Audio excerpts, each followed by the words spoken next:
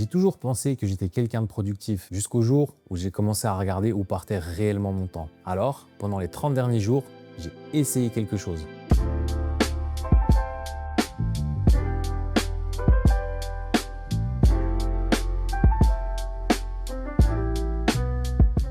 Bon, vous le savez, entre YouTube, les tests produits, faire un petit peu de sport, je pensais vraiment être productif, faire les choses comme il le fallait, avoir la sensation de toujours être occupé.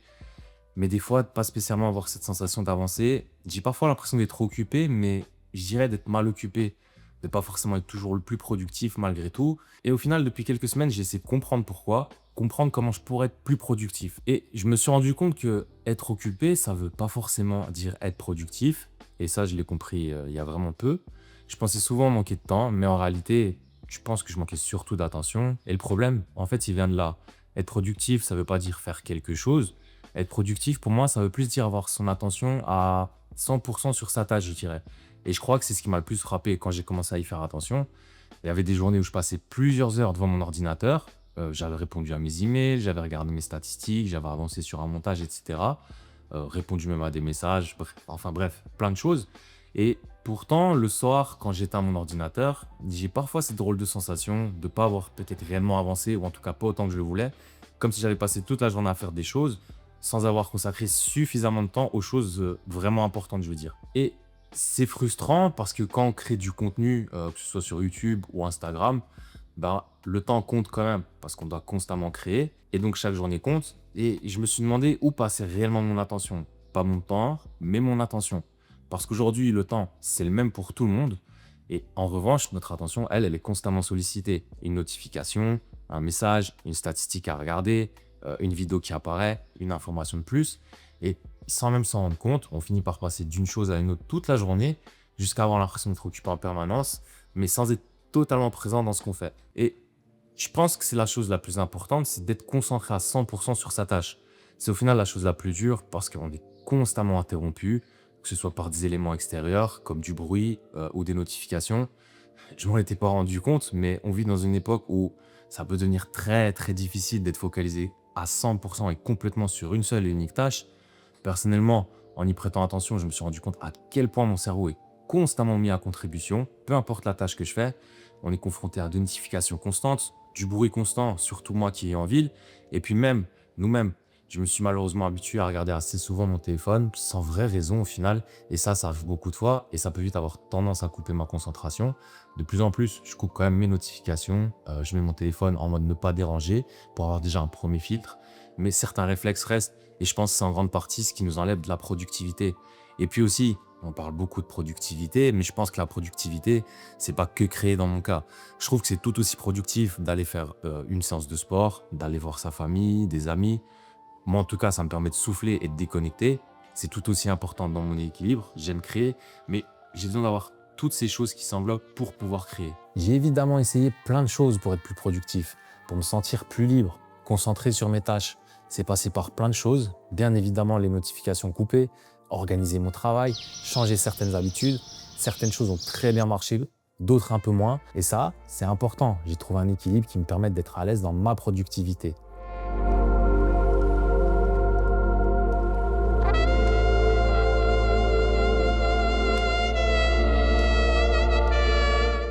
Alors, la première chose que j'ai faite, franchement, c'est très simple. J'ai coupé mes notifications et surtout, je me suis dit quelles notifications pourraient venir me déranger. Je me suis rendu compte que j'avais laissé énormément d'applications m'envoyer des notifications pour un oui ou vraiment pour un non. J'ai donc décidé de faire un gros tri, de voir quelles applications m'étaient vraiment utiles et surtout, une fois le tri fait dans les applications, savoir quelles notifications étaient vraiment essentielles dans mon quotidien. Et franchement, j'ai vite vu, je pense que 9 notifications sur 10 au final n'étaient pas si utiles que ça à l'instant T où je l'avais reçu. Ça, c'est un premier pas important pour gagner en productivité.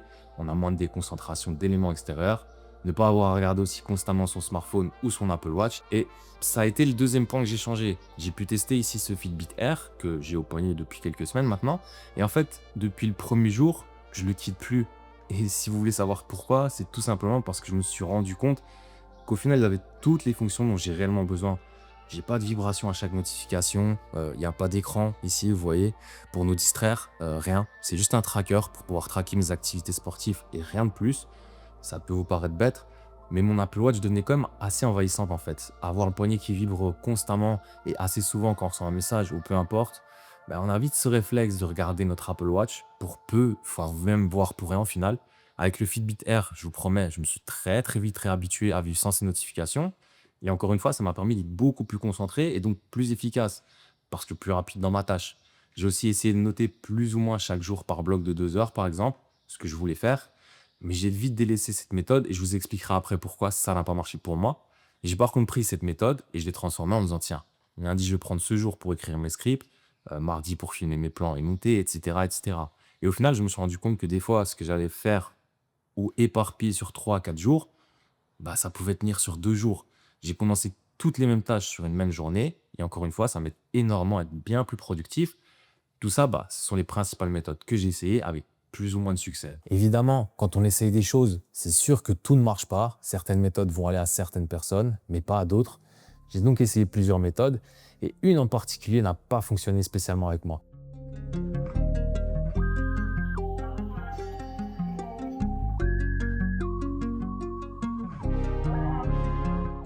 Et donc justement là, j'aimerais revenir sur les méthodes que j'ai essayées et notamment sur celle qui n'a pas marché, ou en tout cas celle que j'ai peut-être le moins appréciée, c'est de noter par bloc d'heures chaque jour ce qu'on veut faire et ce qu'on doit faire.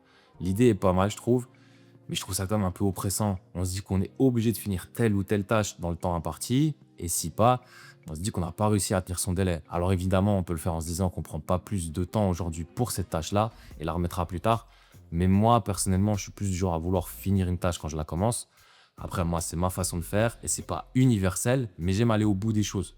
Donc, cette méthode ne marche, ou en tout cas, ne me convient peut-être pas, mais elle pourra convenir à plein d'autres personnes, ça j'en suis sûr.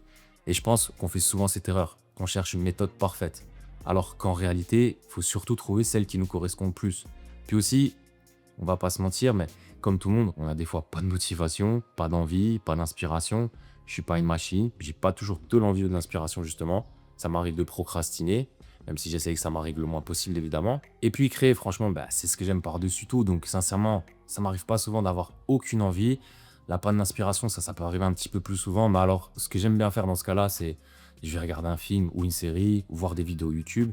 Et des fois, il va suffire d'une image, une phrase pour que les idées fusent à nouveau. Donc, encore une fois, je dis pas que c'est universel. Je vous donne ma méthode, ma façon de faire, qui peut-être pourra fonctionner avec beaucoup d'entre vous, ou peut-être voir pas du tout. Mais voilà, comme tout le monde, il y a des jours avec, il y a des jours sans. C'est totalement normal et humain.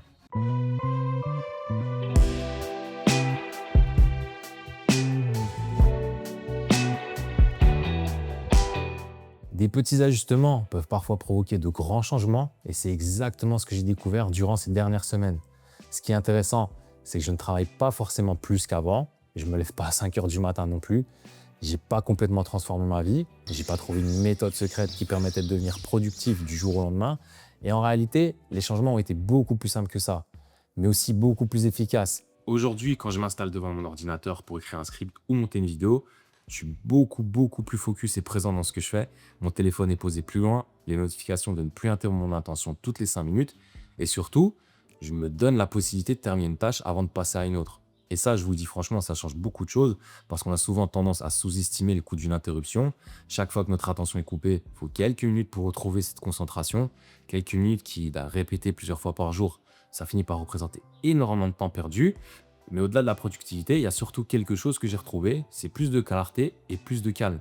Et je dirais aussi beaucoup moins de stress. J'ai l'impression d'avoir davantage le contrôle de mes journées, de savoir ce que je veux faire et surtout pourquoi je le fais.